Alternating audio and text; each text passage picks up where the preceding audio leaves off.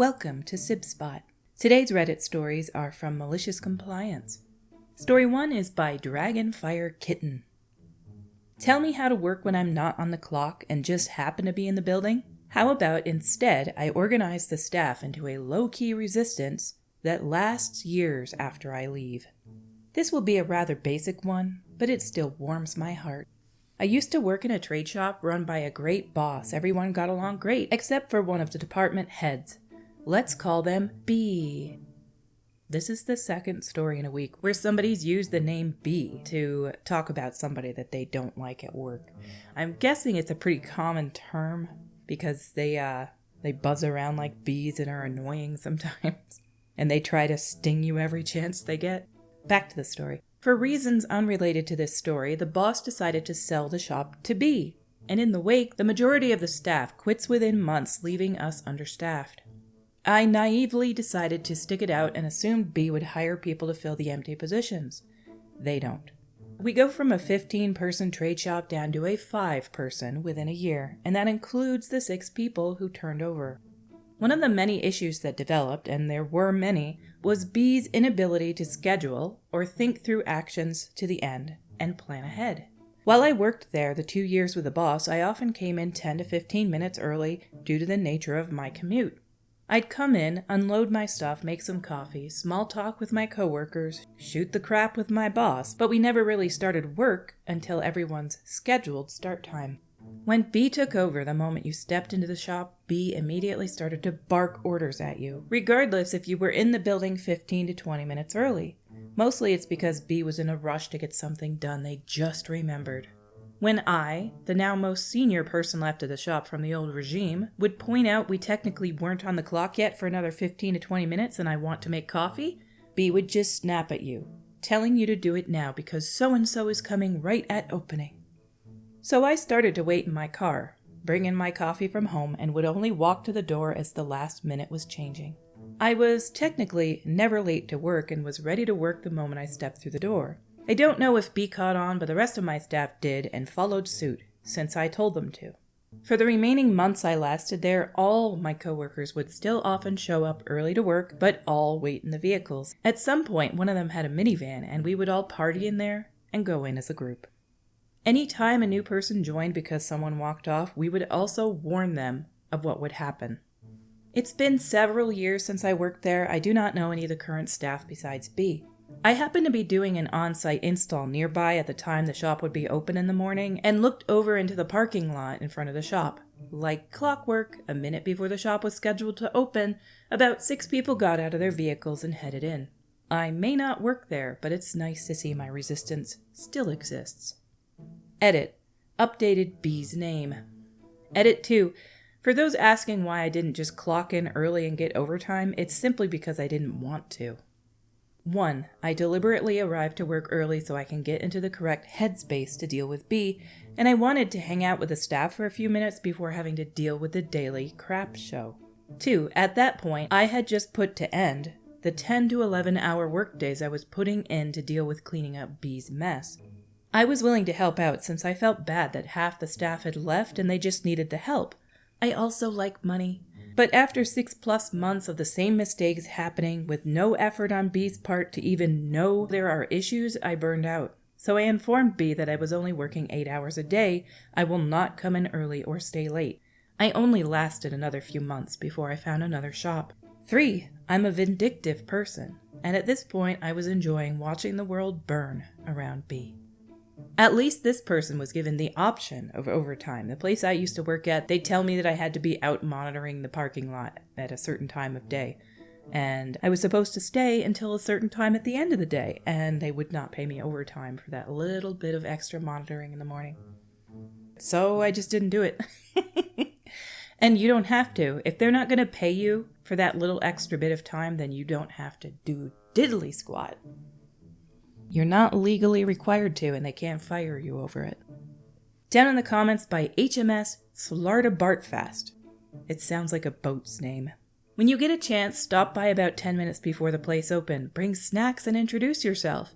Share your experience with B. Bonus points if you can hire any of them away. Under that by The Ginger Abides. That's so petty. and I love it. Underneath that by Mad Whiskey Grin in caps and italics, I am a river to my people. Under that by Muted Bad 7043, oh my gosh, a Lawrence of Arabia reference. Bravo, and from my favorite scene too. Our next story is by Dazzling Ferret 3985. Housemates tell me to watch TV in my room. No problem. I read another story on here which inspired me to write this, but mine is nowhere near as interesting, unfortunately. During my first year of university, I shared a house with one other girl and 3 boys. The other girl kept to herself mainly. I was the only one who had a job, and therefore that really brought anything with me other than clothes and a laptop.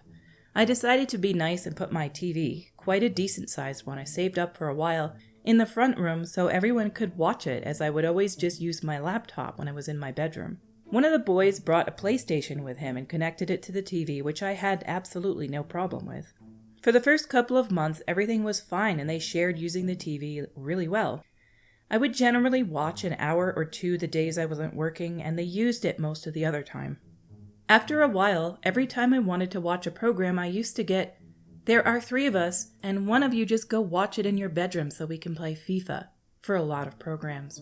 I have no problem watching it on my laptop, but there are certain things that are really better to watch on real TV, and I did point out politely that the television did belong to me and I was only wanting it for an hour. I would also give them plenty of notice when I wanted to watch a program. Eventually, I just had enough and snapped. I came down to watch something after I told them the previous day I wanted to watch it, and they told me to go and watch it in my bedroom. So I did exactly that. I unplugged the TV and disconnected their PlayStation and carried it up to my bedroom. I set it up just in time to watch my program, which I had turned up extra loud to drown out their moaning and banging on the door. The only annoying thing is that the next day, one of them had called the bank of Mummy and Daddy, who apparently agreed with them that I was awful, and had ordered a new TV for them, so they only really went without for a week or so until it arrived. It was a bit smaller, too. Go watch TV in your room. Okay, I will. See ya! Malicious compliance is the best because it's always just, you can complain about it if you want, but I'm just doing as told. Our last story today is by Meow Schwitzen there. Don't threaten me with a good time.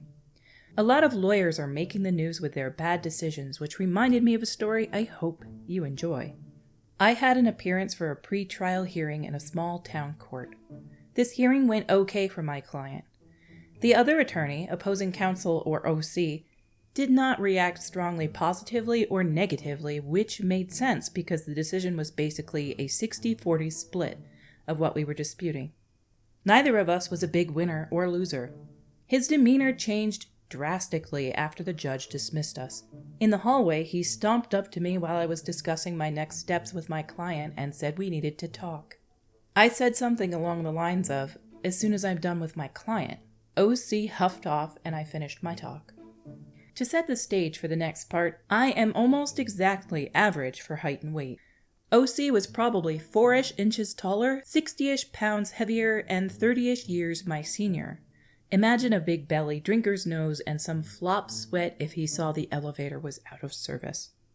So I'd say goodbye to my client and walk over. Without any small talk, he gives me something close to, "You think you can just walk in here and act like that?"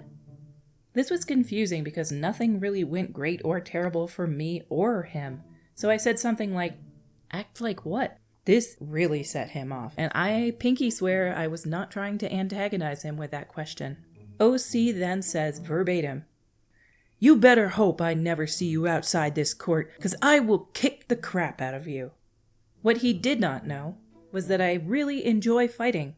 After seeing the Power Rangers punch those clay soldiers, I begged my parents for karate classes. After that was judo in high school, BJJ in college, and an attempt to fight in the UFC after college. I thought I was tough right up until actual professionals hit me. Then I thought, wow, I'm actually such a huge P word for female genitalia, and I went for a graduate degree.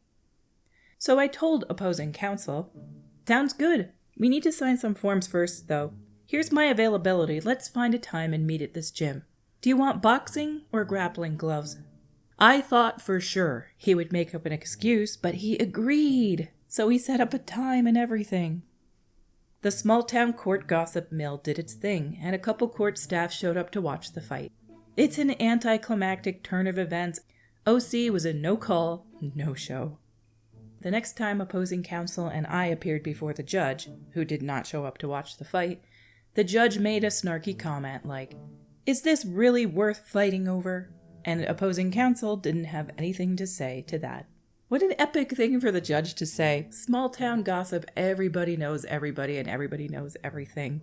I'm actually glad that I don't live in a small town anymore because there's so much petty drama that can happen. Yeah, it's good to know everybody around you. That way you know you're not going to have people generally stealing things, or you will know who's going to steal your things if you see them. I barely know anybody in this suburb, and I wouldn't know who I could or couldn't trust if I saw them. So I guess it has its perks, being in a small town, but I also don't like the drama that comes with it. Down in the comments by FatBloke4, the sarcasm for the judge was the icing on the cake. Under that by the OP again, Judge Snark can be some of the absolute best snark in the world. Under that by Y-Particle, especially because they know they're the only one in the room that can get away with it. Anybody else would be held in contempt of court, right? Alright guys, our stories for today have come to a close. Until we meet again, have a day where you aren't the victim of a snark.